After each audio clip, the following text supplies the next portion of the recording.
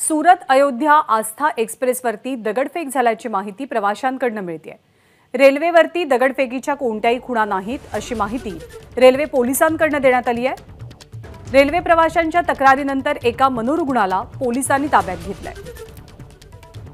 भिकेश पाटील आपल्या सोबत आहेत। भिकेश, नेमकं घडलंय काय?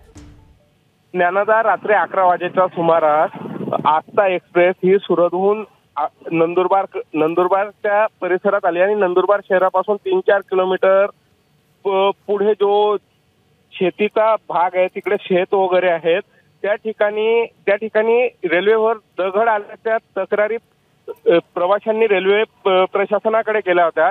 मात्र पोलिसांनी या घटनेची पडताळणी केली असता रेल्वेवर दगडफेकीच्या कुठल्याही खुणा नाहीयेत। पोलीस सदर परिसरात गेले असता त्या परिसरात झुडपांच्या आड लपलेला एक मनोरुग्ण त्यांना मिळून आला। त्या मनोरुग्णाने पोलिसांवरही दगडफेक केली होती। त्या मनोरुग्णाला रेल्वे पोलिसांनी ताब्यात घेतलंय। ज्ञानदा, धन्यवाद भिकेश या माहितीबद्दल। एबीपी माझा, उघडा डोळे बघा नीट।